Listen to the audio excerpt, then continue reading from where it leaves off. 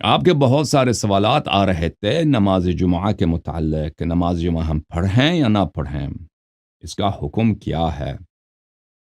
تو میں آپ کو ہمیشہ وعدہ دیتا رہا کہ اس کے متعلق لیکچر دیں گے، تو انشاءاللہ تبارک و تعالی آج سے 2 یا 3 لیکچر انشاءاللہ سب اگر زندگی رہی، اللہ نے توفیق دی تو آپ کی خدمت میں نماز جمعہ اور نماز عید کے متعلق پیش کریں گے، اور انشاءاللہ تبارک و تعالی اس کے متعلق اوہام کا ازالہ کریں گے، اور اقوال کے دلائل آپ کی خدمت میں پیش کیے جائیں گے۔ دیکھیں میرے محترم ناظرین، نماز جمعہ کے متعلق سب مسلمانوں کا اجماع ہے اور مذہب حقہ کا اجماع ہے کہ یہ واجب ہے، اس کے وجوب میں کوئی شک ہے ہی نہیں۔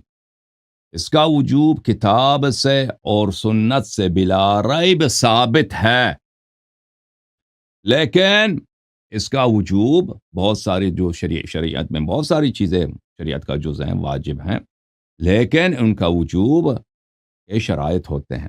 وہ شرائط کیا ہیں اس کے متعلق بھی بات کریں گے انشاءاللہ تبارک و تعالی۔ سب سے پہلے ہم اس کے اصل وجوب پہ بات کریں گے، تو اس کا اصل وجوب میرے محترم ناظرین کتاب عزیز سے اور سنت مطہرہ سے بلا ریب ثابت ہے۔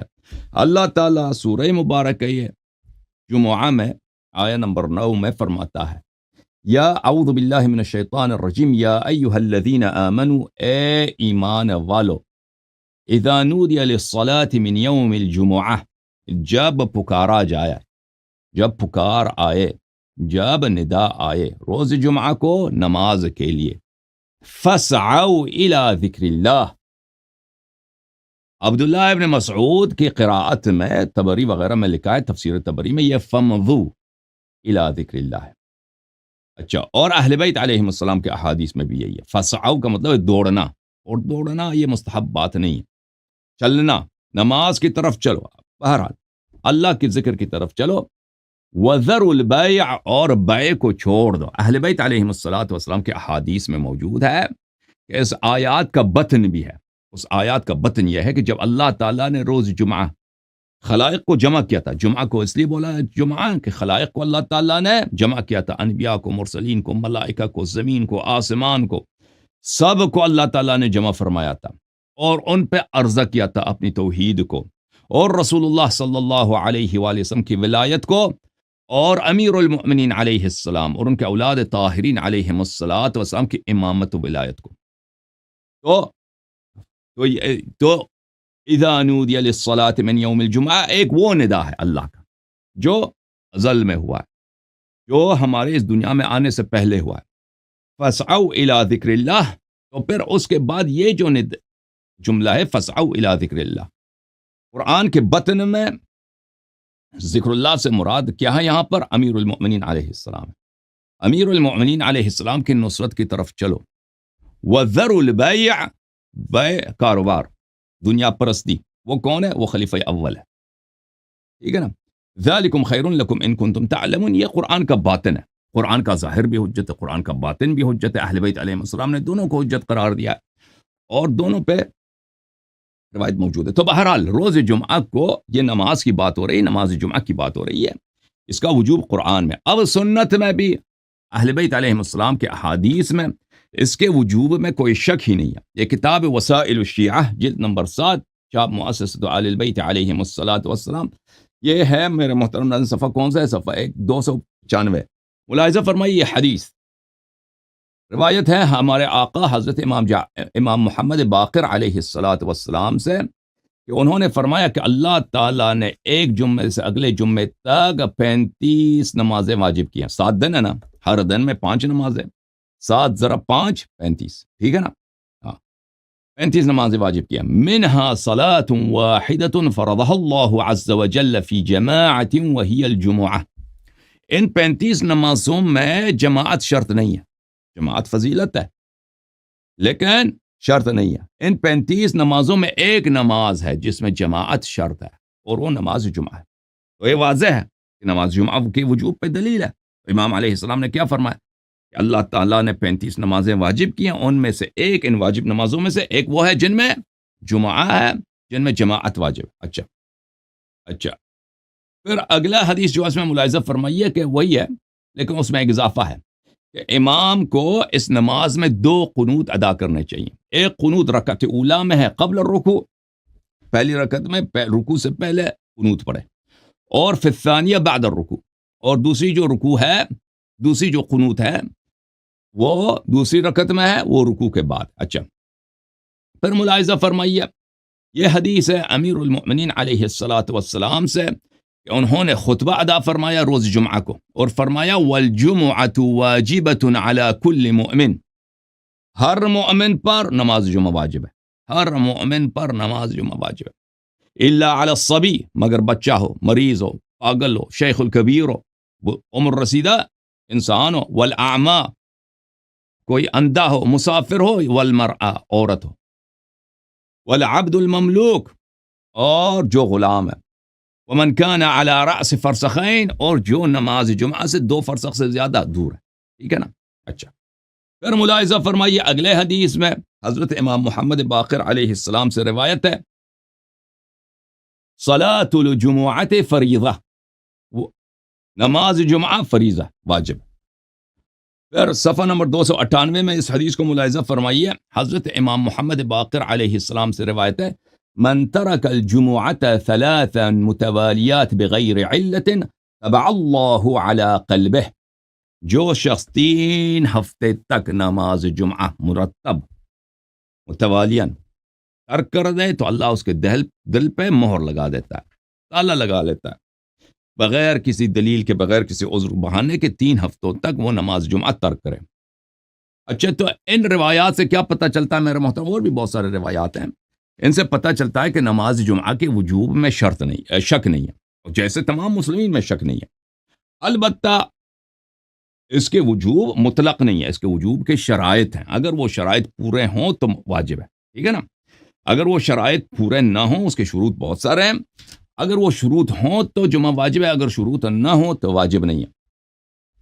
آپ کی خدمت میں عرض کروں، جمعے کے شروط میں سے ایک شرط ہے میرے محترم ناظرین کہ امام کا حضور ہو، امام یا اس کا نائب ہو، امام ہو یعنی جو یا اس کا نائب ہو. امام سے کیا مراد ہے میرے محترم ناظرین؟ امام سے مراد ہمارے نزدیک امام معصوم علیہ السلام، اور اس کے نائب سے کیا مراد ہے؟ نائب جو اس کام پہ لگا دیا گیا کہ تم لوگوں کو نماز پڑھا دو، یا ان کا نائب عام ہو کہ ان کے مناسب میں سے، جملہ مناسب میں سے ایک منصب یہی ہو کہ نماز پڑھانے کا منصب ہے، نماز جمعہ پڑھانے کا منصب ہے.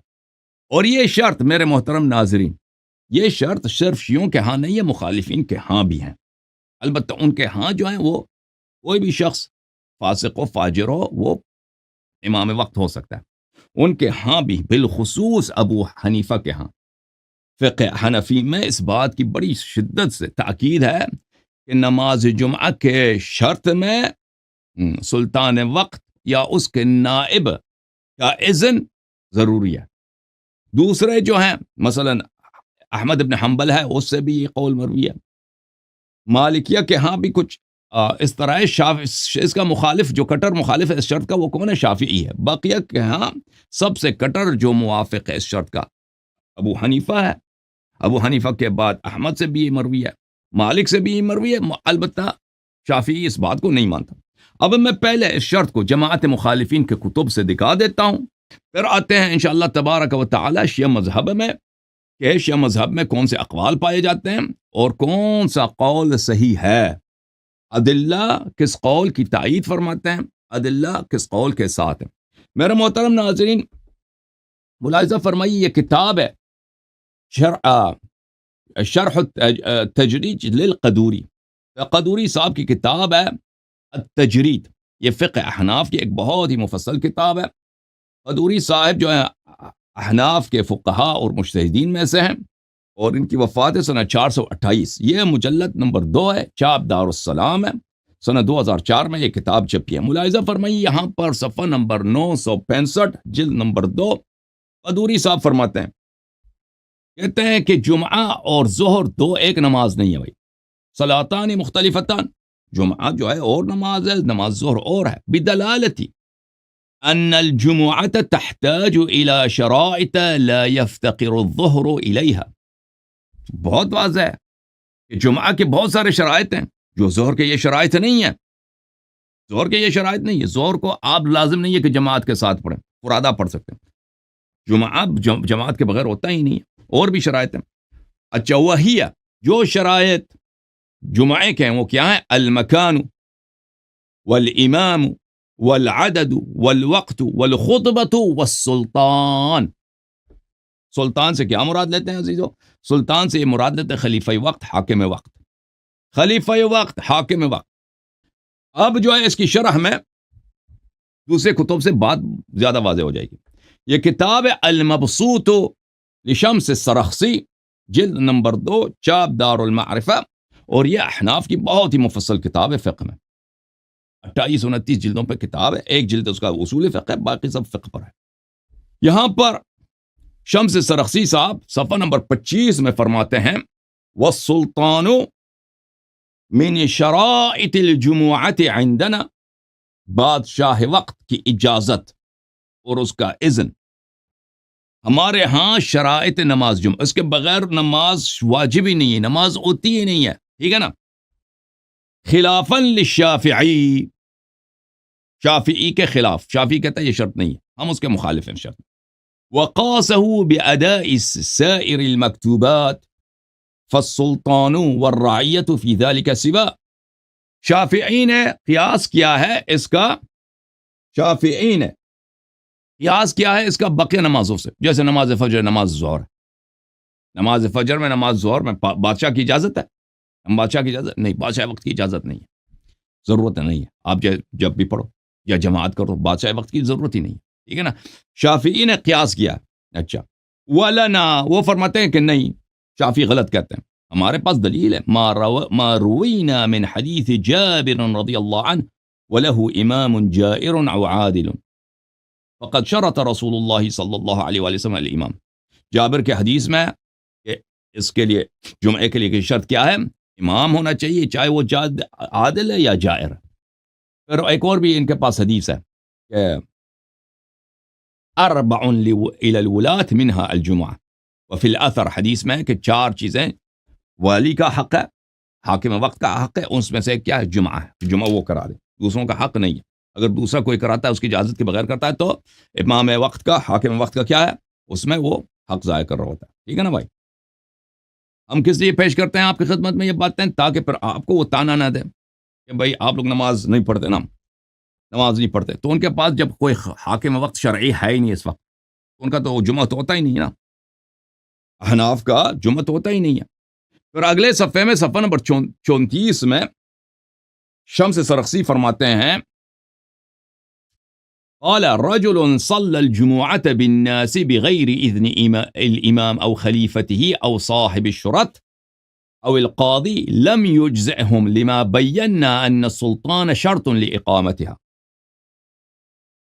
شمس سرخسی کہتے ہیں کہ ایک شخص ہے, اس نے نماز جمعہ پڑھا بغیر اذن الامام, امام وقت کے یعنی سلطان وقت کے, حاکم وقت کے اذن کے بغیر, یا اس کا جو جانشین ہے, حاکم وقت کا جو گورنر ہے, یا اس کا جو پولیس فورس ہے, جو تانے دار ہے, تانے دار کے اجازت کے بغیر, او القاضی, یا شہر کا جو قاضی ہے. کیونکہ یہ سب جو ہے نا, یہ ڈپیوٹیز تھے, یہ نمائندے تھے, یہ ان کا نصب کون کرتا تھا؟ حاکم وقت کرتا تھا. گورنر کا, قاضی کا, فوج کا اور تانے کا جو تانے دار ہوتا تھا, مقامی علاقے کا جو پولیس فورس ہوتا تھا, یہ سب حکام اس کا نصب کرتے تھے. ان کے اجازت کے بغیر اگر کوئی پڑھے نماز جمعہ, کہتے ہیں لم یجزئہم, یہ نماز مجزی ہی نہیں ہے. لما بینا ان السلطان شرط لإقامتها, کیونکہ ہم نے واضح کر دیا کہ بادشاہ وقت کا اجازت ضروری ہے, اجازت ضروری ہے نماز پڑھنے کے لیے. ٹھیک ہے نا؟ نماز جمعہ کے لیے شرط ہے. تو اگر بغیر اذن امام کے کوئی پڑھتا ہے تو کیا ہوتا ہے اس میں؟ ہاں, ابو حنیفہ کے نزدیک وہ مجزی نے, نماز غلط ہے, اس کو ظہر کا نماز پڑھنا چاہیے. کتاب بدائع الصنائع فی ترتیب الشرائع, تالیف ابو بکر ابن مسعود الکاسانی الحنفی, متوفی سنہ 587. یہ جز نمبر 2 ہے, دارالکتب العلمیہ بیروت میں کتاب چھپی ہے جناب, اور سنہ 2003 میں چھپی ہے. ملاحظہ فرمائی یہاں پہ صفحہ نمبر 186 میں فصل فی بیان شرائط الجمعہ، نماز جمعہ کے شرائط میں. پھر صفحہ نمبر 188 میں اس شرط کا ذکر ہے وَأَمَّا الشَّرَائِطُ الَّتِي تَرْجِعُ إِلَىٰ غَيْرِ الْمُصَلِّ، جو نماز گزار کے ہاتھ میں وہ شرائط نہیں ہے، نماز گزار کے ہاتھ میں نہیں، وہ کیا ہے؟ ان میں سے فَخَمْسَةٌ، اس میں سے ایک سلطان ہے، ایک بادشاہ وقت ہے. اچھا بادشاہ وقت ہے. اب صفحہ نمبر 192 میں سلطان کے متعلق وہ فرماتے ہیں وَأَمَّا السُّلْطَانُ فَشَرْطُ أَدَاءِ الْجُمُعَةِ عِندَنَا، بادشاہ کی رضا اور اس کا اذن نماز جمعہ کے جواز کا شرط ہے. ٹھیک ہے نا، اس کے بغیر نماز جمعہ ہوتا ہی نہیں ہے. حتی لا يجوز اقامتها بدون حضرته او حضرت نائب، نماز جمعہ کا اقامہ جائز ہی نہیں ہے، نہیں ہوتا، صحیح ہی نہیں ہے، مگر یہ کہ خود بادشاہ وقت ادھر آ جائے یا اس کا نائب ادھر آ کے رضا دے دے، کہہ دے تمہاری نماز صحیح ہے. صفحہ نمبر 190 میں وہ نقل کرتے ہیں ابو حنیفہ اور اس کے شاگرد ابو یوسف سے. ملاحظہ فرمائیے قال ابو حنیفہ و ابو یوسف تجوز اقامت الجمعة بها اذا كان المصلي بهم الجمعة هو الخلیفة. منا میں کیا نماز جمعہ پڑھ سکتے ہیں؟ کہتے ہیں جی ہم پڑھ سکتے ہیں اگر نماز پڑھانے والا خلیفہ وقت ہے یا امیر العراق ہے یا امیر الحجاز ہے یا امیر مکہ ہے، چاہے وہ وہاں پہ مقیم رہتے ہوں یا مسافر ہوں، اس سے فرق نہیں پڑتا، آپ پڑھ سکتے ہیں. او رجلا مأذونا من جہتهم، یا بادشاہ وقت سے، امیر عراق سے، امیر حجاز سے یا امیر مکہ سے کوئی شخص معذون ہو، اس کی وکالت ہو، اس کی اجازت ہو کہ تم جا کے نماز پڑھو. ولو كان المصلي بهم الجمعة امير الموسم وهو الذي امر بتسوية امور الحجاج لا غیر لا يجوز لأنه غیر مأمور بإقامة الجمعة. جو امیر الحاج ہوتا ہے، پرانے زمانے میں امیر الحاج ہوتے تھے، وہ خلیفہ کے جانب سے ہوتے تھے حجاج کے دیکھ بھال کے لیے کہ بھئی حج صحیح طریقہ سے ہو جائے. حج کے امور اس کے ہاتھ میں ہوتا تھا. اگر امیر الحاج نماز جمعہ پڑھائے، کہتا ہے کہ نہیں، جائز نہیں، کیونکہ امیر الحاج کا وہ اس نیابت اس لیے نہیں کہ وہ نماز جمعہ پڑھا دے، اس کی نیابت اس لیے ہے کہ وہ بھئی حجاج کے لیے پانی پہنچانے کا انتظام کر دے، حجاج کو دے کے یہاں پہ کوئی چوری نہ کرے، ٹھیک ہے نا، اس طرح کی باتوں کا. الا اذا كان مأذونا من جهة امیر العراق او امیر مکہ، مگر یہ کہ امیر مکہ یا امیر عراق اس کو اجازت دے دیں کہ بھئی امیر الحاج جو ہے یہ نماز جمعہ پڑھ سکتا ہے. سمجھ میں آئی نا بات آپ کو؟ یہ کتاب ہے الہدایہ شرح بدایت المبتدی لابن ابی بکر مرغینانی اس کا نام کیا ہے؟ مرغینانی ہے، ٹھیک ہے نا. ابو بکر مرغینانی، ٹھیک ہے نا بھائی، مرغینانی، ابو بکر مرغینانی کی کتاب ہے الہدایہ فی شرح بدایت المبتدی. مرغینانی صاحب کی اس کتاب میں جلد نمبر 2 چاپدار السراج، کتاب چھپی ہے سنہ 2019 میں، ٹھیک ہے نا. اس میں ملاحظہ فرمائیے ولا تجوز اقامتها، نماز صلاۃ الجمعہ کے متعلق صفحہ نمبر 81 للسلطان او لمن امرہ السلطان. نماز جمعہ مرغینانی صاحب کیا کہتے ہیں؟ مرغینانی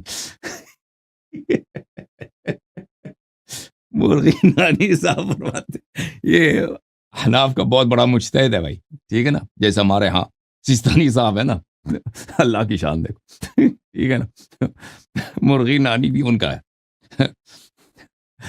کہتے ہیں کہ ولا تجوز اقامت ہو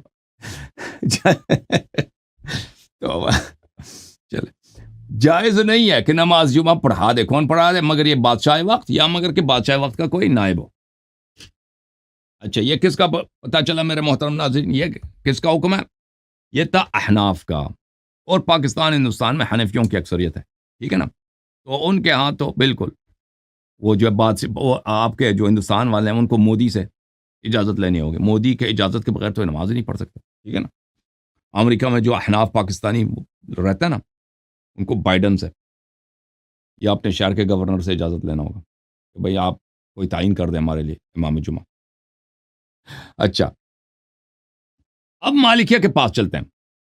مالکیہ کے کتاب ہے، یہ ملاحظہ فرمائیے، شرح التلقین للمازری، ابو عبداللہ محمد ابن علی المازری، متوفى سنہ 536 ہجری، چاپ دار الغرب الاسلامی، یہ جلد نمبر 1 ہے.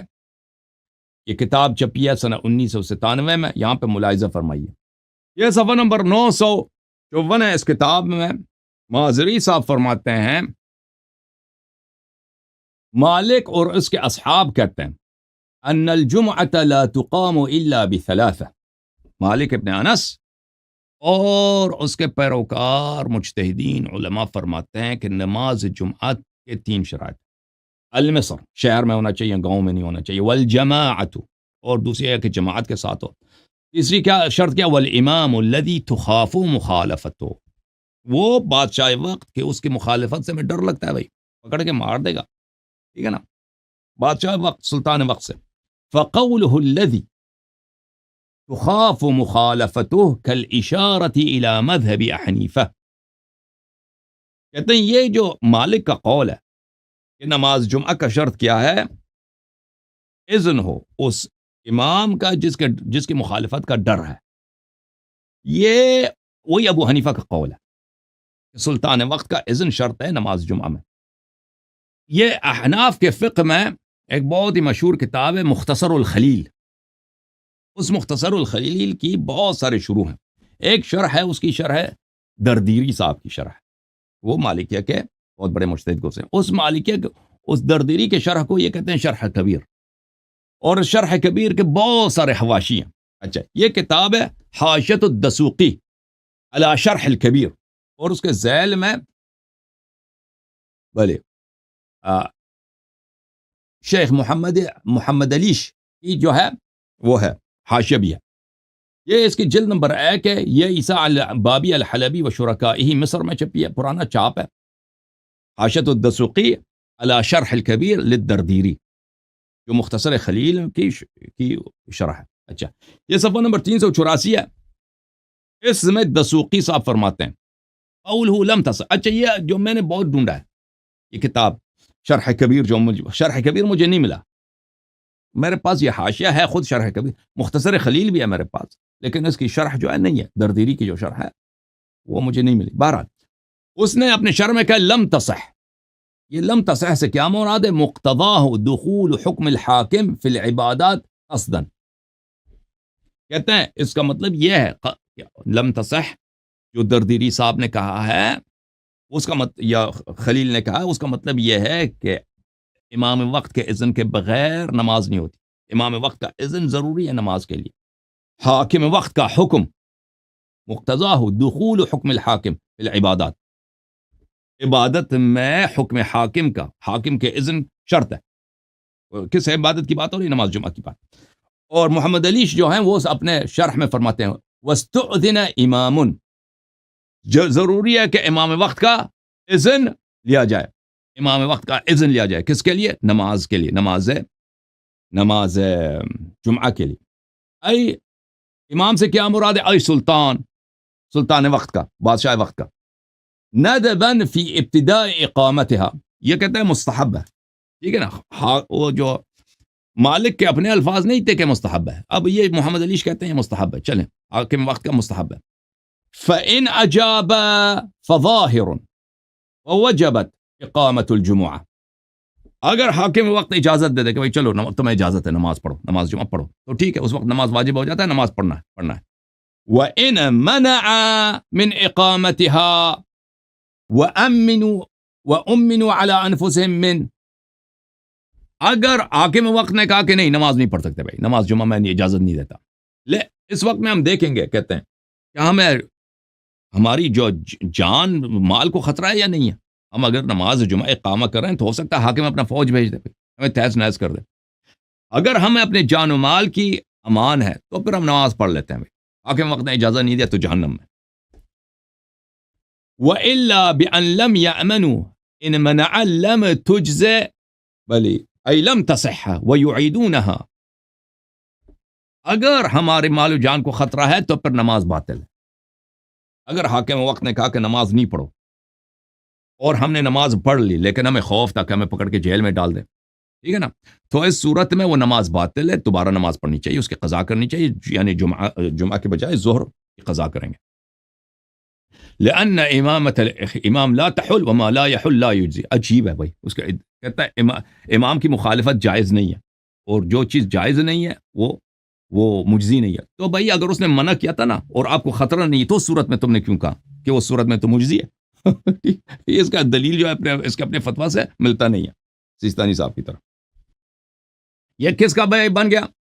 احناف کا ہم نے آپ کی خدمت میں پیش کر دی کچھ تفصیل کے ساتھ. پھر مالکیہ کا, اب شوافع کا. یہ محمد ابن ادریس شافعی کی جو فقہ ہے, ٹھیک ہے نا.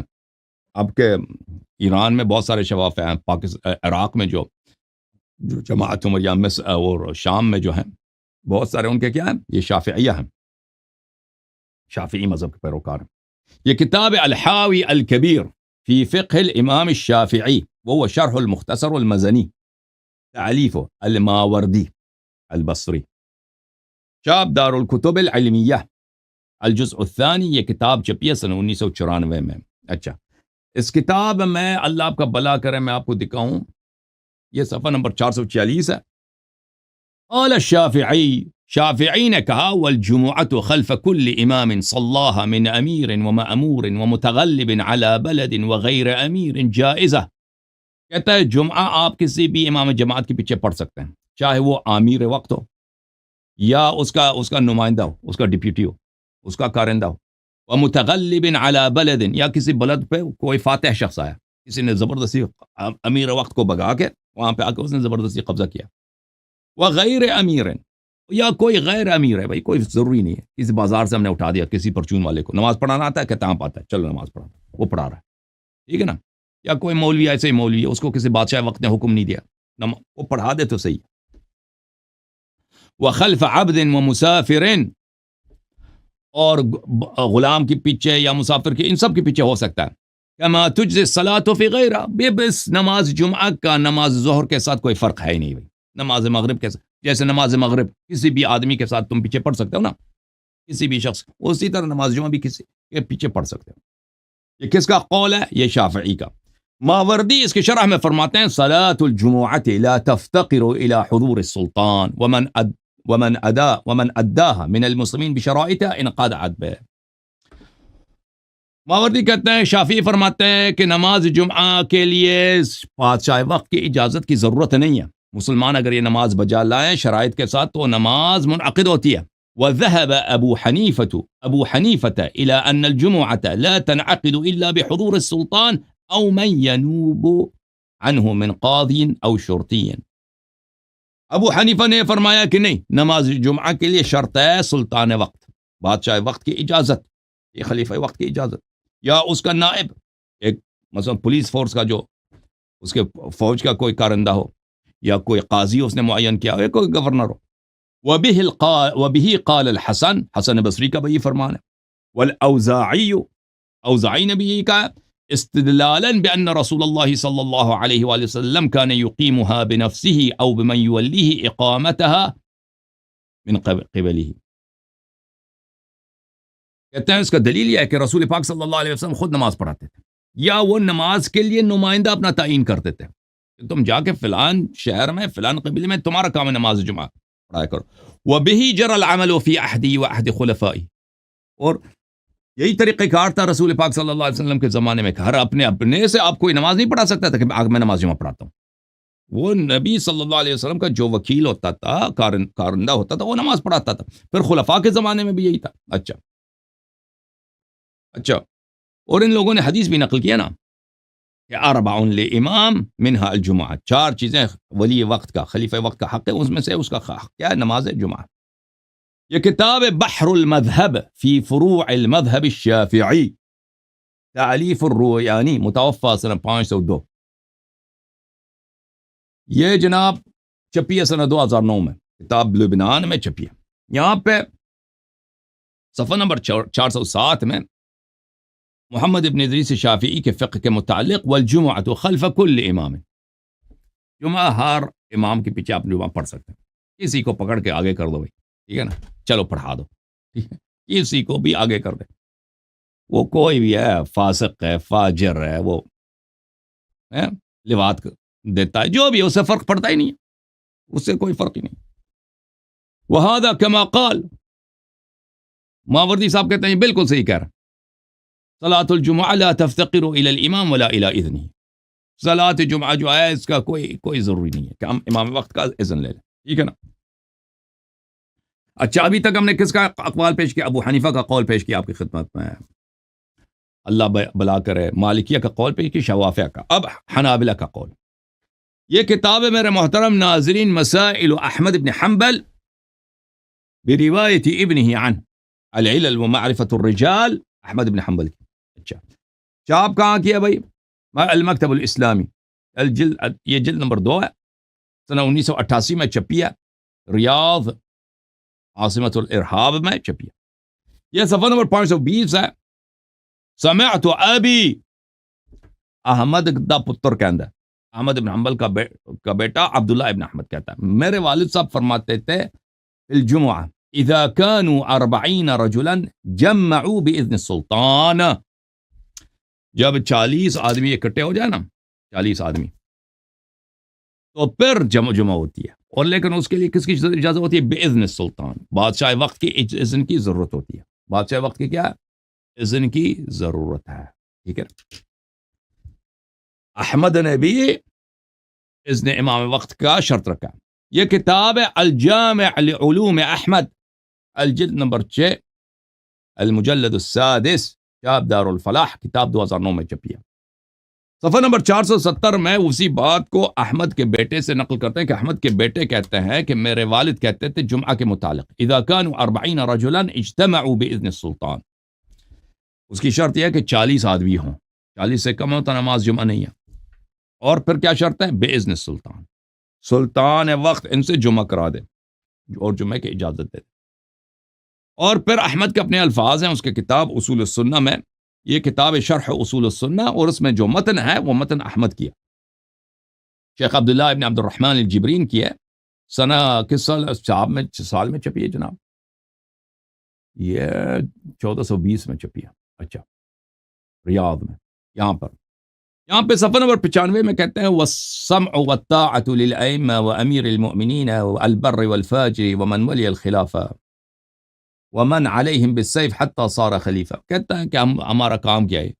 سارا کام ہی کیا، سمع و طاعت و خلیفہ وقت کے لیے، چاہے وہ فاجر ہے کوئی پرواہ نہیں، فاسق ہے پرواہ نہیں، شرابی ہے کوئی بات نہیں، کراتا ہے کوئی بات نہیں، کرتا ہے کوئی بات نہیں، کوئی سب چلتا ہے جی. سب احمد کا کیا فتویٰ ہے؟ سب چلتا ہے. احمد کہتا ہے سب چلتا ہے. ٹھیک ہے نا. فاجر، فاسق، حتیٰ کہ وہ شخص جو آ کے لوگوں کو قتل کر کے ذبح کر کے امیر وقت بنتا ہے، بادشاہ، اس کا بھی طاعت واجب ہے، چاہے وہ کتنا ہی فاسق ہی کیوں نہ. پر یہ کہتے ہیں اس کے حقوق کیا ہیں؟ اس کے حاکم وقت کے حقوق، وہی فاجر فاسق کے حقوق گنتے آتا ہے. وصلاۃ الجمعۃ خلفہ، نماز جمعہ اس کے پیچھے، حاکم وقت کے پیچھے پڑھنا ہے. وخلف من واللہ، یا اس کے پیچھے جو حاکم وقت اس کو سنبھال لے کہ بھئی تو نے نماز پڑھانا ہے، یہ اس کا حق ہے. یہ کسی مولوی کا حق نہیں ہے کہ وہ جا کے نماز جمعہ پڑھا دے. حاکم وقت سے جا کے اجازت لے لو، چاہے وہ کتنا ہی فاجر، فاسق، شرابی، کعبے کو جلانے والا کچھ بھی ہو، کوئی فرق نہیں پڑتا. ٹھیک ہے نا. میں نے آپ کو دکھایا تھا نا کن کے خلفاء جو اپنے چھوٹے بھائیوں کو ریپ کرتے تھے، اپنے ماؤں کو ریپ کرتے تھے. کوئی بات نہیں، نماز کے لیے اسی کی اجازت ضروری ہے. اجازت نہیں لیا تو نماز ہی باطل ہے. یہ کتاب ہے قاضی ابو یعلا الفراء الحنبلی کی، المسائل الفقہیہ من کتاب الروایت والوجہین، تعلیف مکتبۃ المعارف الریاض، جز نمبر 1، سنہ 1985، ریاض میں یہ کتاب چھپی ہے. یہاں پہ صفحہ نمبر 185 میں اشتراط اذن الامام لاقامت الجمعہ میں احمد کا قول نقل کر رہے ہیں.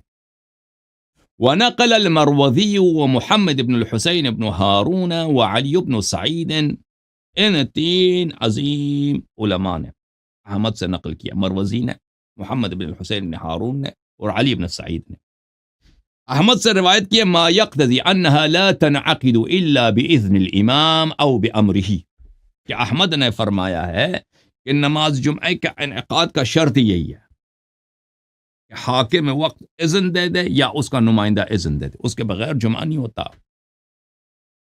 سمجھ میں آئی نا بات آپ کو؟ لأنه لا يصح لكل أحد إقامتها على الانفراد.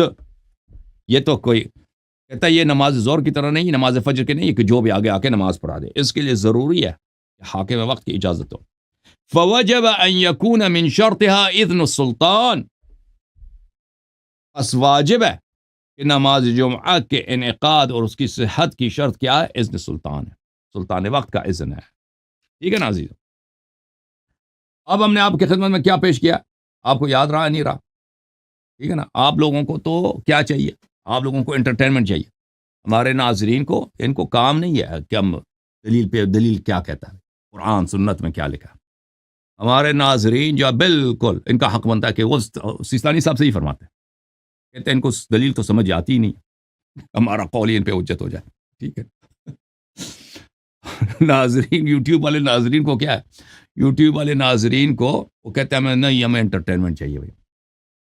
وہ گالی گلم گلوچ والی جو وہ مناظرات ہیں وہ ہمیں مزہ آتا ہے. یہ جو لیکچر آپ دیتے ہیں اس میں آپ دلیل بیان کرتے ہیں، اس سے ہمارا کیا کہا؟ سانو سمجھ ہی نہیں آتی ہے جی، دلچسپی ہی نہیں ہے.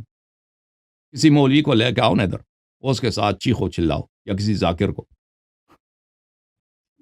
یہی کہتے ہیں نا آپ. نہیں ہم آپ سے مذاق کر رہے ہیں، نہیں آپ کو سمجھ آ رہی ہے بھائی، آ رہی ہے. جس کو سمجھ نہیں آ رہی وہ اس لیے نہیں سمجھ، وہ سن نہیں رہا، اس کو دلچسپی نہیں. جس کو دلچسپی ہے اس کو سمجھ آ جاتا ہے. ٹھیک ہے نا بھائی؟ کبھی کبھار مذاق بھی کرتے ہیں ہم آپ سے. اچھا، اب ہم نے مذاہب مخالفین کے اقوال آپ کی خدمت میں پیش کر دیے. ٹھیک ہے نا؟ کہ نماز جمعہ ایسے ہی واجب نہیں ہے، اس کے وجوب کی شرائط ہے بھائی، شرائط ہیں. ٹھیک ہے نا؟ ٹھیک ہے نا. شرط ہوگا تو نماز جمعہ ہے، اس کا وجوب ہے. شرط نہیں ہے تو مشروط بھی نہیں ہے، نماز جمعہ بھی نہیں. ٹھیک ہے نا؟ اس کا وجوب نہیں. سمجھ میں آئی نا بات آپ کو؟ یہ مختلف مذاہب کے اقوال میں نے آپ کی خدمت میں پیش کیے. اب مذہب شیعہ کے میں کیا اس کا ہے کیا ہے؟ مذہب شیعہ میں عزیزو اس میں 3 اقوال ہیں. ٹھیک ہے نا؟ ایک قول کیا ہے؟ ایک قول یہ ہے کہ یہ واجب ہے، یہ واجب عینی ہے. امام کی یا حاکم وقت کی کوئی اجازت کی ضروری نہیں ہے. یہ بہت ایک شاذ قول ہے، نادر قول ہے. ٹھیک ہے نا؟ کہتے ہیں وہی 5 آدمی اگر اکٹھے ہو جائیں آپ کے شہر میں، ایک شخص ہے جو اس کو نماز آتا ہے، وہ خطبہ بھی دے سکتا ہے، تو نماز واجب ہے بھائی. 5 آدمی آ جائیں نا تو نماز ہو سکتا ہے. اگر 7 جمع ہو جائے تو نماز واجب ہے، 5 جمع ہو جائے تو نماز جائز ہے، 7 جمع ہو جائے تو نماز واجب ہو جاتا ہے. بس ایک آدمی ہو کہ وہ اس کو نماز پڑھنا آتا ہو، اور وہ خطبہ میں کیا ہے بھائی؟ اتقوا اللہ. خطبے کا شرط کیا ہے؟ بسم اللہ الرحمن الرحیم، قل واللہ احد، ایک سورہ پڑھے پھر کہہ دے اتقوا اللہ. یہی کافی ہے. خطبہ یہی مجزی ہے، تقوی کا حکم دے. یہ تو ہر ایک کو آتا ہے. ٹھیک ہے نا؟ قل واللہ احد اور تقوی کا حکم یہ کس کو نہیں آتا بھائی؟ ٹھیک ہے نا؟ پھر نماز پڑھا دے. نماز میں کیا؟ وہ نماز فجری کی طرح تو ہے، بس اس میں 2 قنوت مستحب ہے. لیکن یہ قول بڑا ہی نادر ہے. یعنی اس یہ کیا کہتا ہے؟ ایک کتاب واجب ہے، واجب عینی ہے. یہ شرائط اگر پیدا ہو جائے نا، یہ واجب بن جاتا ہے فرد پہ کہ نماز جمعہ اٹینڈ کرے، نماز جمعہ پڑھے، اور اس میں سلطان وقت کی کوئی اجازت نہیں. دوسرا قول کیا ہے بھئی؟ دوسرا قول یہ ہے کہ نہیں، یہ دیکھیں بھائی، یہ اس میں غیبت کا کوئی تصور نہیں ہے. ٹھیک ہے نا؟ یعنی اقوال میں یہ نہیں کہ عصر غیبت میں ایسا عصر حضور میں، یہ لوگوں نے بنا دیا ہے. یا عوام جو پپیز ٹائپ کے جو مولوی ہوتے ہیں نا، معافی پپیز کا لفظ نہیں کہنا چاہیے، بارہ عوام میں مشہور کر دی کہ عصر غیبت میں ایسا. وہ غیبت اور غیر غیبت کی بات نہیں ہے. دوسرا جو قول ہے، چاہے عصر حضور ہو چاہے عصر غیبت ہو، وہ ہے کہ نماز جمعہ کے لیے جائز ہے. جائز ہے کہ اگر کسی شخص کو امام علیہ السلام نے واجب اپنا نمائندہ معین نہیں بھی کیا ہے، تو اگر یہ 5 آدمی آ جائے نا کہ اس میں سے ایک آدمی ایسا ہے کہ وہ نماز پڑھا سکتا ہے، تو ان کے لیے جائز ہے کہ بھئی نماز کیا نماز ظہر کے بجائے روز جمعہ کو کیا کریں؟ نماز جمعہ پڑھیں. اگر 7 آدمی ہیں تو بھی جائز ہے. ٹھیک ہے نا؟ یہ کیا کہتے ہیں؟ کہتے ہیں جواز ہے، جس کو واجب تخیری کہا جاتا ہے. ٹھیک ہے نا؟ مولیوں کے اصطلاح میں مشہور کرا دیا، یہ واجب تخیری ہے. روز جمعہ کو آپ کے پاس 2 آپشنز ہیں بھائی. 2 آپشنز ہیں. ایک آپشن یہ ہے کہ کیا کرو، اور تم نماز ظہر پڑھو. ایک آپشن یہ ہے نماز ظہر پڑھو، ختم. جماعت کے ساتھ پڑھنا نہیں پڑھنا وہ آپ کی مرضی. دوسرا آپشن یہ ہے کہ اگر کوئی ایسا شخص ہے جو نماز پڑھا سکتا ہے اور اس کو خطبہ دینا بھی آتا ہے، خطبے کے بھی تو اتنا مشکل تو ہے نہیں، خطبہ وہ عام سی چیز ہے بھائی. اکثر لوگ خطبہ دے سکتے ہیں نماز جمعہ. تو وہ خطبہ دینے والا آدمی ہے، وہ اس کے پیچھے آپ نماز جمعہ پڑھ سکتے ہیں، واجب نہیں ہے، پڑھ سکتے ہیں. اور اس کا یہ شرط کہ بھائی حاکم وقت نے اس کو تعین کیا ہو، اس سے کوئی ضروری نہیں. یہ کون سا ہے؟ یہ دوسرا قول ہے. ٹھیک ہے نا. تیسرا قول کیا ہے؟ تیسرا یہ ہے کہ نہیں بھائی یہ جائز نہیں ہے، یہ جائز ہی نہیں ہے. یہ کیا ہے؟ جائز ہی نہیں ہے بھائی. کیا جائز نہیں ہے؟ نماز ہے، ہاں جمعہ جائز نہیں، مگر یہ کہ امام معصوم علیہ السلام خود نماز پڑھائیں یا ان کا نائب نماز پڑھائیں، اس کے علاوہ نماز منعقد ہی نہیں ہوتی. یہ اس کی صحت کی شرط ہے. تو میرے محترم ناظرین لیکن اس مسئلے میں شیعوں میں کوئی اختلاف نہیں ہے کہ اگر امام علیہ السلام خود نماز پڑھائیں، چاہے وہ عصر حضور ہو یا عصر غیبت ہو.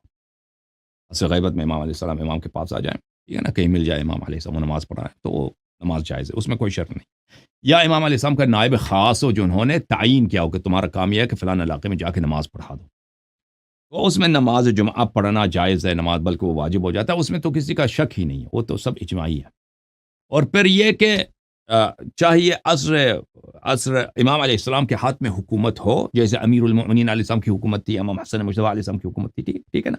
یا ایسا عصر ہو جس میں امام علیہ السلام کی حکومت نہیں ہے، امام جعفر صادق علیہ السلام کا تو زمانہ ہے. اگر وہ امام جعفر صادق علیہ السلام کسی کو اپنی طرف سے کسی گاؤں میں کسی قبیلے میں کہتے ہیں کہ تم بھائی وہاں پہ چپکے سے جا کے لوگوں کو نماز جمعہ پڑھا دو شیعوں کو، تو اس میں تو کسی کو شک نہیں ہے کہ وہ نماز ہو جاتا ہے. تو یہ 3 اقوال ہیں میرے مختلف محترم ناظرین، لیکن ان 3 اقوال میں ایک قول پہ سب کا اتفاق ہے کہ اگر امام علیہ السلام نماز پڑھائیں تو اس میں وجوب میں کوئی شک ہی نہیں ہے. ٹھیک ہے نا، وجوب میں شک نہیں ہے. لیکن اگر امام علیہ السلام چاہے عصر حضور ہے، مثلا امام علیہ السلام مدینے میں، یا عصر غیبت ہے جب ہم اپنے زمانے میں رہتے ہیں، ٹھیک ہے نا، اس زمانے میں یا عصر امام علیہ السلام میں، اس زمانے میں نماز جمعہ کا کیا کام ہے؟ ایک ہے کہ امام علیہ السلام کی اذن کی ضرورت نہیں ہے. کوئی بھی شخص نماز جماعت پڑھ سکتا، جو نماز ظہر پڑھا سکتا ہے، کوئی نماز جمعہ بھی پڑھا سکتا ہے، اس کے اس فرق کے ساتھ کہ اگر اس کو خطبہ دینا آتا ہے 5 منٹ کی تقریر کر سکتا ہے. ٹھیک ہے نا.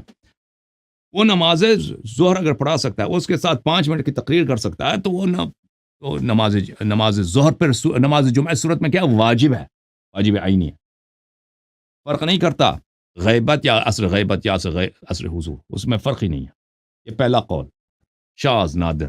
دوسرا قول یہ ہے کہ واجب تخیری ہے بھائی، چاہے عصر حضور امام علیہ السلام یا عصر غیبت، فرق نہیں کرتا، فرق بالکل نہیں کرتا. ٹھیک ہے نا. اگر ہمارے پاس ایک ایسا آدمی ہے، روز جمعے کا دن آیا ہے، ٹھیک ہے نا، ایک آدمی ہے جو 5 منٹ کا خطبہ دے سکتا ہے، نماز بھی پڑھا سکتا ہے، تو ہمارے لیے جائز ہے، واجب نہیں ہے. جائز ہے کہ ہم اس کے پیچھے کیا کریں، کیا کہ نماز جمعہ پڑھیں بھائی، بشرط یہ کہ 5-6 آدمی ہوں، 7 آدمی ہوں. ٹھیک ہے نا. تیسرا قول یہ ہے کہ یہ حرام ہے، چاہے عصر حضور ہے چاہے عصر غیبت ہے، مگر یہ کہ امام علیہ السلام خود پڑھا دیں یا اب نماز پڑھانے کے لیے کسی کو تعین کر دیں. ٹھیک ہے نا. تو یہ 3 اقوال ہیں. اچھا، یہ 3 اقوال کو سمجھنے کے لیے دیکھیں، اقوال سے تو کوئی فرق نہیں ہوتا نا. اقوال کا کیا ہے؟ اقوال کی کوئی ویلیو ہے؟ فتووں کی کوئی ویلیو نہیں. اصل ویلیو ہے احادیث کی، اصل ویلیو ہے ادلہ کی. ٹھیک ہے نا. اصل ویلیو ہے قرآن و سنت کی. حجت تو وہ ہے. مولوی تو سارا دن یہ تو بہت کچھ کہتے ہیں نا، مولویوں کا کیا. یہاں پر میرے محترم ناظرین، اگر آپ ان لوگوں میں سے کہ آپ کہتے ہیں کہ ہمیں سمجھ ہی نہیں آتی جی، ٹھیک ہے نا، ہمیں جو سمجھ ہی نہیں آتی جی، ہم انڈین فلم سمجھ سکتے ہیں، ہم اخبار پڑھتے ہیں ہمیں سمجھ آ جاتی ہے، ہم یونیورسٹی جاتے ہیں کیلکولس پڑھتے ہیں، ٹھیک ہے نا، لینئر الجبرا پڑھتے ہیں، وہ سمجھ آ جاتی ہے، سائیکالوجی وہ یہ آدھی سمجھ نہیں، ہمیں سمجھ ہی نہیں، آپ جو بیان کر رہے ہیں تو تم لوگ یہاں سے نکل جاؤ بھائی. جو لوگوں نے اپنے پانتے پہ لکھا ہے کہ ہمیں سمجھ نہیں آتی، ہم مقلد ہیں، تو تمہارے لیے یہ باتیں نہیں ہیں. یہ ان لوگوں کے لیے جو ویلیو دیتے ہیں، کہتے ہیں کہ ہم شیعہ ہیں کن کے، اہل بیت طاہرین علیہ السلام کے. ہم مجتہدین کے شیعہ نہیں ہیں. مجتہدین فاسق فاجر ہیں، ان کے فسق و فجور میں شک ہی نہیں ہے. ان کے بدعتی ہونے میں شک ہی نہیں ہے. جو یہ کہتا ہے کہ آپ حدیث کی اتباع نہ کریں کیونکہ آپ کو سمجھ آ ہی نہیں سکتی، وہ اللہ کے راستے کا قاطع الطریق ہے.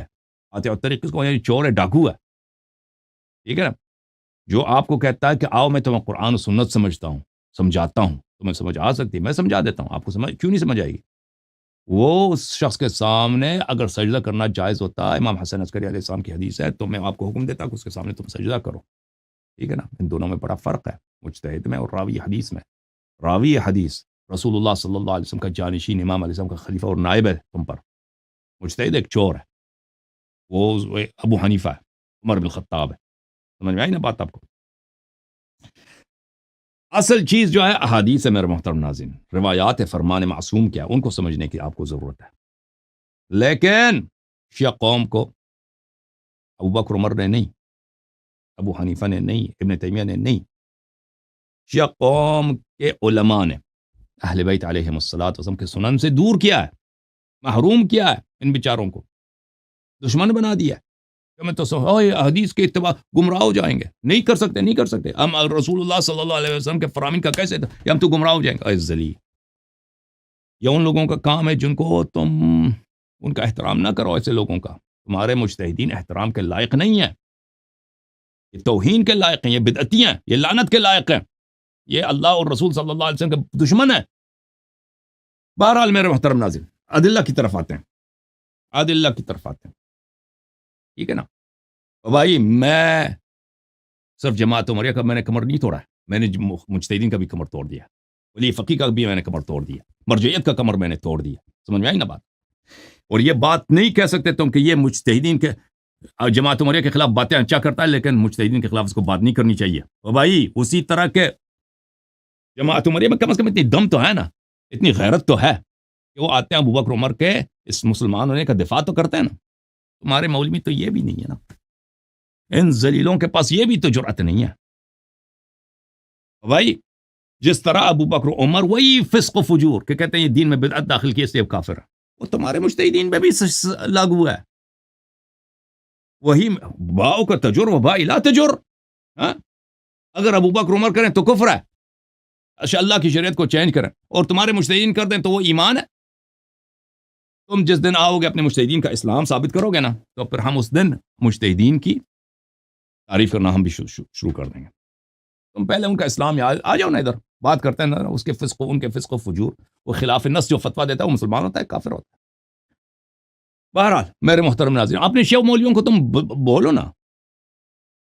شیعہ مولی کیا ہوتے ہیں؟ زامبی ہوتے ہیں. شیعہ مولی یعنی زامبی، عقل وقل کچھ بھی نہیں ہے، برین واشڈ. ان کا ٹیپ ریکارڈر ہے نا. وہ ہمارے زمانے میں اب تو کیا ہے، سی ڈیز وغیرہ، ڈی وی ڈیز ہے نا، یا یو ایس بی میں لوگ آڈیو ویڈیو فائل اپلوڈ کرتے ہیں. پہلے کیا ہوتا تھا، وہ ٹیپ ریکارڈر ہوتے تھے نا، فیتے ہوتے تھے، کیسٹ ہوتے تھے. وہ کیسٹ یہ آپ کے مولوی کیسٹ ریکارڈ ہے، پری ریکارڈڈ کیسٹ ہے. ان کے پاس عقل وقل کچھ بھی نہیں ہے، عقل وقل کچھ بھی نہیں ہے ان کے پاس. ان کو جیسے ٹیپ ریکارڈر کو سمجھ نہیں آتی نا، تم اس کے ساتھ جتنا کہہ دو، ان کو بھی اسی طرح سمجھ نہیں آتی تمہارے شیعہ مولیوں کو. اور بھائی تم پہلے آ جاؤ نا، تقلید ثابت کرو، پھر ہم سے مطالبہ کرو کہ مجتہدین بدعتی نہیں ہے، ان کا احترام آنا چاہیے. تم پہلے ثابت کرو ان کے جو فتوے خلاف نص ہیں. اگر ابو بکر عمر خلاف نص فتوے دیتے ہیں وہ کافر ہو جاتے ہیں، اور تمہارے مجتہدین کا کیا عدالت ہے؟ یہ جتنے مرضی خلاف نص کی مخالفت کریں، ان کے عدالت پہ کوئی خدشہ نہیں ہے. وہ ایک کتاب ہے حلوہ، نان و حلوہ، شیخ بہائی کی، اس میں کہانی آپ کو سنا دوں.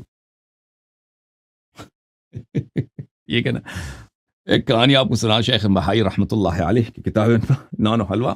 وہاں پہ کہتے ہیں کہ ایک آدمی تھا، اس کا ایک پرچون کا دکان تھا بازار میں، ٹھیک ہے نا، اصفہان میں، جہاں بھی تھا یہ. اس کے سامنے وہاں پہ ایک اڈا تھا، اس کے سامنے والے دکان میں. وہاں پہ کوئی عورت جو تھی، بد کردار عورت، اس نے اپنا کیا بنا تھا، اس کا جو اردو میں کیا بولتے ہیں اس کو، جڑا بولتے ہیں، پتہ نہیں کیا بولتے ہیں. اس نے اپنے بدکارگی کے لیے اس نے بنایا تھا، اس کا بھی ایک دکان تھا سامنے والے. ادھر لوگ آتے ہیں مثلا روٹی خریدنے کے لیے، گندم، نمک وغیرہ، یعنی جو ان کے تیل وغیرہ خریدنے آتا ہے نا پرچون کی دکان میں. اس سامنے والا اس نے کیا کھولا، اس عورت نے زنا کے لیے اپنا اڈا کھول دیا. اس کے بھی گاہک آتے ہیں. پرچون والا دیکھتا ہے کہ روزانہ یہ عورت آتی ہے نا، اس کا ہر ایک گاہک جب آ جاتا ہے اس کے ساتھ برا فیل کرتا ہے، اس کا پیسے لے لیتی ہے، گاہک چلا جاتا ہے، تو پھر یہ کڑی ہو کے 2 رکعت نماز پڑھ لیتی ہے کڑی ہو کے کیا کرتی ہے؟ 2 رکعت نماز پڑھ لیتی ہے، اللہ اکبر، وہ سجدے وغیرہ، پھر بیٹھ جاتی ہے، پھر گاہک آتی ہے، پھر اس کے ساتھ اندر چلی جاتی ہے، زنا ہو جاتا ہے، نستجیر باللہ، زنا کے بعد اپنے پیسے لے لیتی ہے، اور جب گاہک چلا جاتا ہے تو پھر یہ پھر کڑی ہو جاتی ہے، 2 رکعت، اللہ اکبر، 2 رکعت نماز، پھر گاہک آ جاتا ہے، پھر وہی سلسلہ، جب زنا کا فعل ختم، پیسے لے لیتی ہے تو پھر 2 رکعت نماز۔ تو ایک دن اس پرچون والے نے اس سے پوچھا کہ بھائی تو جو ہے نا، یہ تیرا کیسا نماز ہے؟ تو سارا دن تو تیرا یہ کام ہے، تو زنا کراتی ہے، اور بھائی تو جو ہے زنا کے بعد بغیر وضو، بغیر کسی کے تو آ کے تو 2 رکعت نماز پڑھتی ہے، یہ کیا طریقے کا؟ تو عورت نے کہا کہ بے وقوف، میں جب بھی آتی ہوں نا صبح ادھر اپنے دکان کھولنے سے پہلے میں 2 وضو بنا کے آ جاتی ہوں، وضو گھر سے بنا کے آ جاتی ہوں، پھر میرا وضو چلتا ہے رات تک، اسی کے ساتھ میں ہمیشہ 2 رکعت نماز، 2 رکعت نماز ہر فعل کے بعد، ہر گاہک کے بعد میں پڑھتی ہوں۔ پرچون والے نے کہا سبحان اللہ، یہ جو تیرا وضو ہے، یہ وضو نہیں ہے، سد سکندر ہے کہ تو جتنا زنا مرضی دے دے اس سے تیری وضو کبھی ٹوٹتی نہیں، یہ وضو نہیں ہے، سد سکندر ہے۔ اب بھی جو ہے نا شیعہ، آپ کے شیعہ جو مجتہدین ہیں، شیعہ مولویاں، ان کی عدالت نہیں ہے، یہ سد سکندر ہے، جتنا مرضی یہ قرآن و سنت کی مخالفت کریں، فسق فجور ان کا پوری دنیا نے بڑھ دیا، ان لوگوں نے، ان کے بدنامی پوری دنیا میں ہے، ٹھیک ہے نا، اس کے باوجود یہ عدالت ان کی ساقط نہیں ہوتی بھائی، شیعہ مجتہد کی عدالت کفر، وہ صادق عقیدہ ان کا کفر، جو مرضی کریں، جو مرضی بولیں، شیعہ عوام کو ایسا انہوں نے بیوقوف بنا دیا، اور شیعہ طالب علموں کو ایسا بیوقوف بنا دیا کہ بھائی یہ مقدس، ان کو کچھ نہیں ہوتا، اور بھائی کچھ نہیں ہوتا نا، اگر یہ تنے یہ پکے ہیں تو تم میرے بھائی، میں ادھر دلیل کے ساتھ آتا ہوں، قرآن و سنت کے دلائل وہ لوگوں کو بھی سمجھ آ جاتی ہے، تم ادھر آ جانا، کبھی ادھر نا ولایت فقی ثابت کرو، تم ادھر آ جانا تقلید ثابت کرو، تم آ جانا ادھر نیابت امام علیہ السلام ثابت کرو، تم آ جاؤ کبھی، تمہارے یہ تو تمہارے دیکھیں آپ کے جو اکثر پاکستانی علماء ان کے یہ انابھاس ان کے سطر سے بہت بلند ہے، انابھاس یہ سمجھتے بھی نہیں، یہ بیچارے ٹیپ ریکارڈر ہیں، تم اپنے مولویوں سے یہ توقع نہ کرو کہ آ کے بات کریں ہم سے، میں آپ کو بتا رہا ہوں کہ یہ آتے کیوں نہیں ہیں، اس لیے نہیں آتے کہ یہ ٹیپ ریکارڈر ہیں، ان میں ایک چیز ریکارڈ کر دی گئی، ایران نے ایک چیز ان میں ریکارڈ کر دی ہے بھائی، ٹھیک ہے نا، اب ٹیپ ریکارڈر کے ساتھ آپ گفتگو کر سکتے ہیں؟ نہیں کر سکتے، آپ ٹیپ ریکارڈر کے ساتھ جو بھی بات کر رہے ہیں وہی سے وہ بولے گا جو اس کو ریکارڈ ہو چکا ہے پہلے سے، اس کو سمجھ تو نہیں آتی نا، آپ کے مولوی افضلات ٹیپ ریکارڈر ہیں، اور یہ میری باتیں جو میں آپ کے عرض کر رہا ہوں کہ جماعت عمرے کے علماء آتے ہیں گفتگو کے لیے، جماعت عمرے کے علماء آتے ہیں گفتگو، وہ کوشش اپنا کرتے ہیں، میرا سلام ہے ان کو، سلام ہے ان کو، آتے ہیں گفتگو، آپ لوگوں کے علماء کہاں ہیں؟ شیعہ کے مولوی حضرات کہاں ہیں؟ ٹھیک ہے نا، سوائے جھوٹ کے، سوائے ٹیپ ریکارڈر کے، بھائی مرجعیت کا تو تقلید تو بدیہی ہے، تقلید بدی ہے، اور بدیہی ہے تو بدی، اور بھائی دوسروں کو کیوں نہیں سمجھ آئی نا، بدیہی ہے تو امام جعفر صادق علیہ الصلوۃ والسلام کو اس کو بدیہی کا نہیں پتا تھا، اعظم کو کیوں نہیں پتا چلا اس بدیہی کا؟ بہرحال میرے محترم ناظرین، اب آتے ہیں نماز، اصل نماز جمعہ کی طرف، ہم بات بہت دور چلی گئی، بہرحال ہمارا دروازہ کھلا ہے میرے محترم ناظرین، ہمیشہ عمریہ کے لیے بھی کھلا ہے، اور مبتدعہ شیعہ جو ہیں، بدعتی شیعہ جو ہیں، تقلیدی اصولین مجتہدین کے لیے بھی دروازہ کھلا ہے، ولایت فقی والے کے لیے، انقلاب والوں کے لیے، اجتہاد تقلید والوں کے لیے، فلسفہ اور تصوف والے شیعوں کے لیے، یہ بنام شیعہ ہیں، حقیقت میں یہ شیعہ نہیں ہیں، ان کے لیے دروازہ کھلا ہے، جب آ جائیں گفتگو کا دروازہ کھلا ہے، ٹھیک ہے نا، اگر یہ کہتے ہیں کہ ہمارے چینل پہ آ جاؤ، ہم نے اعلان کیا ہے بھائی، ہم ہر مخالف کے چینل پہ جانے کے لیے تیار ہیں، بشرط کہ وہ گفتگو براہ راست ہمارے چینل سے بھی نشر ہو، معذر ہیں، اب ہے کوئی مرد، اوکے لیکن اس کا مطلب یہ نہیں ہے کہ ہر پپی جو ہے نا وہ ہم ان سے مذاکرہ کرنے کے لیے تیار ہیں، یہ ہماری ہم آپ لوگوں کا، ہمارا بھی ایک سطح ہے، جو ہمارے سطح کا آدمی ہوگا لازمی بات ہے اس کو اور پروٹوکول ملے گا، جو ہمارے سطح سے نیچے ہے اس کو اور پروٹوکول کا ملے گا، بہرحال ہمارے سطح کا کوئی ہے بھی نہیں جماعت مجتہدین میں، یہ بھی آپ کو بتانا چاہیے، بتا دوں، اچھی بات ہے عزیزو، اصل موضوع پہ آتے ہیں، کس کی طرف آتے ہیں؟ احادیث کی طرف میرے محترم ناظرین. دیکھیں تو یہاں پہ 3 اقوال ہیں نماز جمعہ کے متعلق. ٹھیک ہے نا، اس میں سے کون سا قول صحیح ہے میرے محترم ناظرین؟ اس سے پہلے کہ ہم ان اقوال کے متعلق بات کریں، ایک اصطلاح کو آپ کے سامنے میں پیش کروں، اس کو واضح کر دوں، اور وہ ہے امام العادل. امام عادل سے کیا مراد ہے؟ ٹھیک ہے، احادیث میں ہمارے روایات میں امام عادل کا جو اصطلاح ہے اس سے مراد وہ نہیں ہے جو تو آپ لوگ سمجھتے ہو جو زور کی نماز پڑھا دے اور وہ عادل ہو، وہ مراد نہیں ہے. نماز زور کے لیے یہ جو عام جو نماز ہے نا، اس امام جماعت، اس کے لیے عدالت کی شرط نہیں ہے. یعنی عدالت کی جو اصطلاح ہے، عدالت کا جو عنوان ہے، اس میں شرط نہیں ہے روایات میں.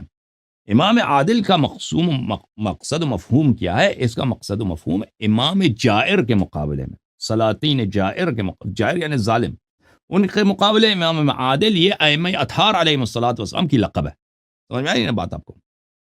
تو جب ہم امام عادل کی بات کریں گے تو یاد رکھنا یہ عدالت وہ عدالت نہیں جو مجتہدین کی اصطلاح ہے. مجتہدین کا کیا اصطلاح ہے کہ بھئی عدالت ہے کہ وہ جو گناہ نہیں کرتا اور صغیرے پہ اصرار نہیں کرتا، یہ اس طرح مروت کے خلاف جا نہیں لاتا. ٹھیک ہے نا، یہ اس سے مراد نہیں ہے. دلائل دیکھ لو اس کا. یہ کتاب ہے الاصول من الکافی للکلینی رحمہ اللہ. یہ ہے میرے بھائیو جز نمبر 1، چاپ دار الکتب الاسلامیہ. یہ باب ہے ان الارض لا تخلو من حجہ، زمین حجت الہی سے خالی نہیں رہتا. صفحہ نمبر 375 میں ملاحظہ فرمائیے، یہ حدیث نمبر 3 ہے. اچھا، حضرت امام جعفر صادق علیہ السلام کا فرمان ہے لا دین لمن دان اللہ بولایت امام جائر لیس من اللہ. اس شخص کا دین ہی نہیں ہے بھائی، وہ نہ اللہ کو جانتا ہے، نہ رسول صلی اللہ علیہ وسلم کو جانتا ہے، نہ ان کے شریعت پہ عمل کر رہا ہوتا ہے. جو اللہ کی طاعت کر رہا ہے کس راستے پر؟ اللہ کی طاعت کر رہا ہے بولایت امام جائر لیس من اللہ، ظالم امام جس کی ولایت اللہ کی جانب سے نہیں ہے، جس کی امامت اللہ کی جانب سے نہیں ہے، اس کے ولایت کے ماتحت وہ شریعت پہ چل رہا ہوتا ہے، اس کی ولایت پر. اس کا تو دین ہی نہیں ہے. ولا عتب على من دان بولایت امام عادل من اللہ، اور کوئی ملامت نہیں ہے. یعنی گناہ مغفور ہے، معفو ہے اس شخص کے، چاہے وہ گناہ کار بھی ہو، کہ وہ اس راستے پر ہے کہ اس کا امام عادل ہے من اللہ ہے، اس امام عادل جس کی امامت اللہ کی جانب سے ہے، اس کی ولایت پر. اچھا، یہاں پہ یہ ایک بات یہاں یاد رکھو، دیکھیں بہت سارے احادیث میں ہے، ٹھیک ہے نا، کہ جو امام حسین علیہ السلام پر ہوتا ہے اس کی سب گناہیں معاف ہو جاتی ہیں. ٹھیک ہے نا، جو اہل بیت علیہ السلام سے محبت کرتا ہے وہ اس کے سارے گناہیں معاف ہیں، چاہے اس کے گناہ سمندر کے پانی میں جو بلبلے ہیں ان بلبلوں کی تعداد سے بھی زیادہ ہو، یا صحرا کے ریگوں سے بھی زیادہ ہو. اچھا، اس میں بڑی تفصیل ہے. یہ اس طرح جو مطلق بیان کیا گیا نا، اس کے بہت سارے شروط ہیں دوسرے احادیث میں. ٹھیک ہے نا، یہ عام طور پہ کہیں بیان نہیں کیا گیا کسی نے. ٹھیک ہے نا، عام طور پہ اگر دیکھ لیں، اس کی تلاش کریں تو علماء آپ کو نہیں بتاتے. اس طرح مطلق نہیں ہے. جیسے بہت ساری چیزیں مطلق ہے نا، شرط ایک جگہ مطلق بیان کیا، دوسری جگہ پہ اس کے شروط ہیں، تو اس کے بھی شروط ہیں. ٹھیک ہے نا، اس کے بھی شروط ہیں. تو یہ خود ایک بہت ہی مفصل بحث ہے، بہت ہی مفصل بحث ہے، وہ اپنی جگہ پر چلا کے بھی بیان کریں گے. تو اس حدیث میں بھی ہے ولا عتب على من دان بولایت امام عادل من اللہ. امام عادل من اللہ کون ہے؟ امام عادل من اللہ امام معصوم علیہ السلام. اچھا، ملاحظہ فرمائیے، یہ کتاب الحجہ ہے، اسی جلد نمبر 1 میں صفحہ نمبر 529 ہے، حدیث نمبر 5 ہے. یہاں پر ایک یہودی ہے جو حضرت امام امیر المؤمنین علیہ السلام سے گفتگو کرتا ہے ابو بکر کے خلافت کے ابتداء میں. وہ پوچھتا ہے اخبرنی عن محمد صلی اللہ علیہ وآلہ کم لہ من امام عدل. عادل جو ہے نا عزیزو، عدل اور عادل یہ یہاں پہ مصدر بمعنی مشتق ہے. مصدر کو مشتق پہ عمل کیا جاتا ہے، ذات پہ عمل کیا جاتا ہے مبالغہ کے لیے. ٹھیک ہے نا، مبالغہ کے لیے، تاکید کے لیے، یعنی بہت ہی عادل. اس نے کہا کہ مجھے بتاؤ محمد صلی اللہ علیہ وآلہ وسلم، رسول اللہ صلی اللہ علیہ وسلم کے کتنے عادل امام ہیں. فقال، ہمارے آقا ہمارے سرور امیر المؤمنین علیہ السلام نے فرمایا، یا ہارونی ان لمحمد صلی اللہ علیہ وآلہ 12 امام عدل. وہ یہودی جو تھا حضرت ہارون علیہ السلام کے اولاد اس کے نسل میں سے تھا. حضرت ہارون علیہ السلام کے نسل سے یہود بھائی، کیونکہ یہ شیعہ ہو گیا نا بعد میں، تو اس کو اس لیے ہم بھائی کہتے ہیں. اچھا، رسول اللہ صلی اللہ علیہ وآلہ وسلم کے 12 امام عدل ہیں.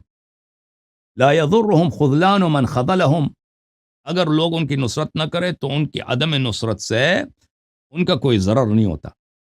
ولا يستوحشون بخلاف من خالفهم، اگر لوگ ان کی مخالفت کریں تو ان کو، یہ 12 جو امام عدل علیہم السلام، وہ لوگوں کی مخالفت سے کیا نہیں ہوتی، ان کو کوئی نقصان نہیں ہوتا.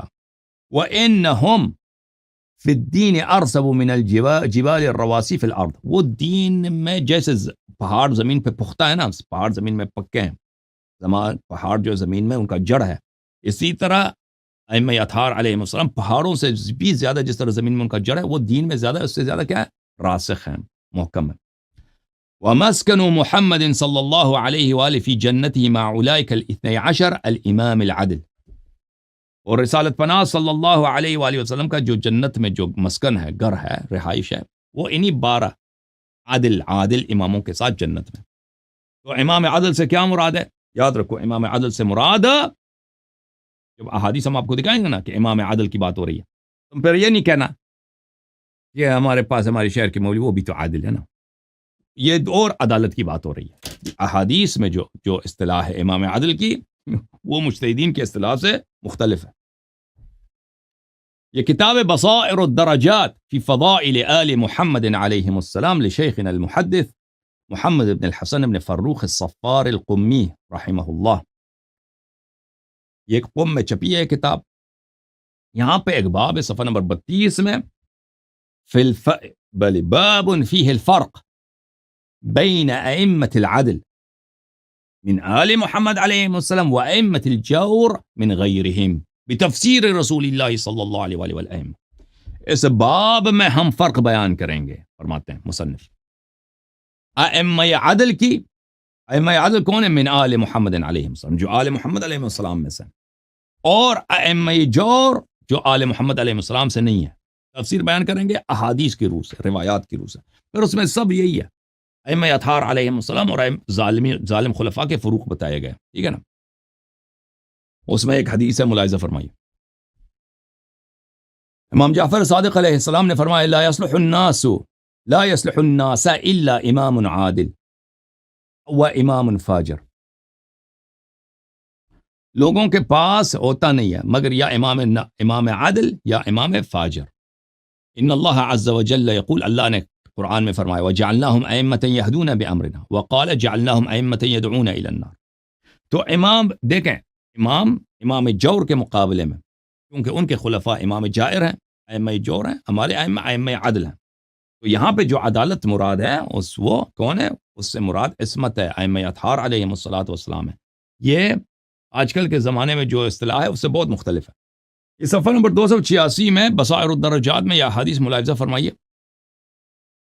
راوی کہتے ہیں کہ ہم امام محمد باقر علیہ الصلوۃ والسلام کے ساتھ حج کے سفر میں تھے. وہ رمی جمرات کر رہے تھے، جو شیاطین کو پتھر مارتے ہیں نا، کنکر مارتے ہیں وہاں پہ.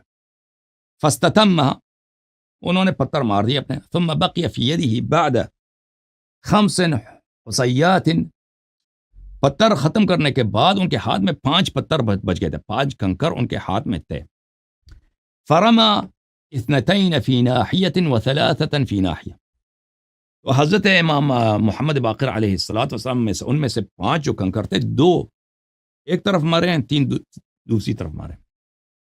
فقال له جدی، راوی کہتے ہیں کہ میرے دادا صاحب وہاں پہ تھے. دادا صاحب نے پوچھا، جعلت فداک لقد رأيتك صنعت شيئا ما صنعه احد قط، میں نے دیکھا کہ آپ نے آج بہت عجیب کام کیا. میرے دادے نے ان سے پوچھا، امام محمد باقر علیہ السلام سے، آپ سے پہلے کسی نے یہ انجام نہیں دیا. 5 پر رمی جمرات کرنے کے بعد آپ نے 5 پتھر، 2 ایک طرف مارے، 3 دوسری طرف مارے.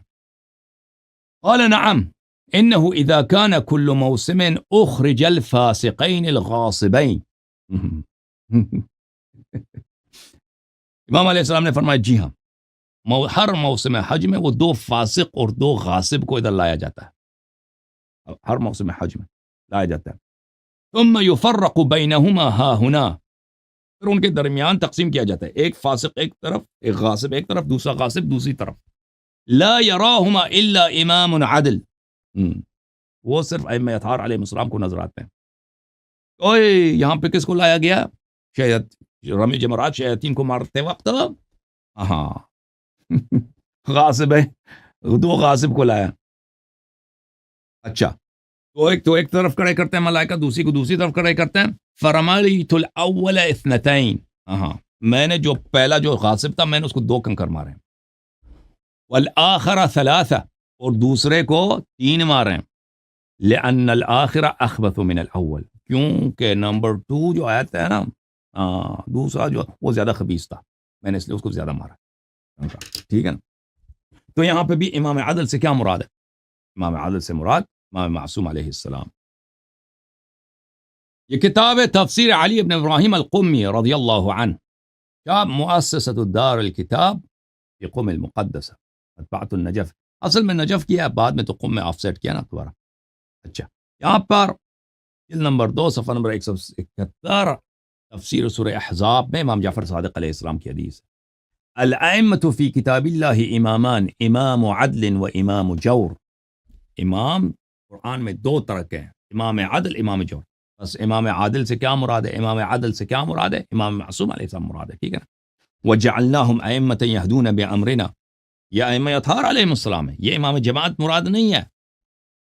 جب یہ پتہ چلا میرے محترم ناظرین کہ امام عدل سے کیا مراد ہے، تو اب انشاءاللہ تبارک و تعالی یہاں پہ 3 اقوال تھے نا شیعہ جماعت میں. ایک قول کیا ہے نماز جمعہ کے متعلق، سب شیعوں کا یہ قول ہے بھائی کہ اگر امام معصوم علیہ السلام نماز پڑھا دیں تو اس میں حضور جو ہے واجب ہے، نماز واجب ہے. ٹھیک ہے نا. یا ان کا نائب خاص پڑھا دیں، چاہے عصر حکومت امام علیہ السلام کے ہاتھ میں ہو یا حکومت امام علیہ السلام کے ہاتھ میں نہ ہو، یا عصر غیبت ہو، اس سے فرق نہیں پڑتا، کوئی فرق نہیں پڑتا. یہ سب شیعوں کا عقیدہ ہے. ٹھیک ہے نا. اس میں تو کسی کا اختلاف ہی نہیں. اب امام علیہ الصلوۃ والسلام اگر خود نماز نہیں پڑھا رہے، ان کا نائب خاص بھی نہیں ہے، تو اب کیا کیا جائے؟ ٹھیک ہے نا. چاہے عصر حضور ہے یا عصر غیبت، اس سے فرق نہیں پڑتا. تو اب کیا کیا جائے؟ اس میں 3 اقوال ہیں. ایک ہے واجب عینی، جیسے آپ نماز فجر کسی مولوی کے پیچھے کسی جو شخص نماز پڑھا، مولوی بھی ضروری نہیں ہے، کوئی نماز پڑھا سکتا ہے، اس کے دین پہ آپ کو وثوق ہے، دیندار آدمی ہے، نماز پڑھا سکتا ہے. اگر وہی 5 منٹ کے 2 خطبے بھی دے سکتا نا، تو اس کے پیچھے آپ پہ واجب ہے نماز جمعہ پڑھیں. یہ پہلا قول ہے. دوسرا قول ہے کہ یہی ہے، کہتے ہیں واجب نہیں ہے، آپ پڑھ سکتے ہیں، آپشن ہے آپ کو. تیسرا یہ ہے کہ حرام ہے. تو ان میں سے کون سا قول صحیح ہے میرے محترم ناظرین؟ اب اقوال پہ آتے ہیں. ٹھیک ہے نا. تو یہ کل سے انشاءاللہ تبارک و تعالی، کیونکہ آج میں نے 1 گھنٹہ 15 منٹ بات کیا، ٹھیک ہے نا، وہ کافی ہے. تو اب جو ہے یہ باقی مواد کل سے انشاءاللہ آپ کی خدمت میں پیش کریں گے.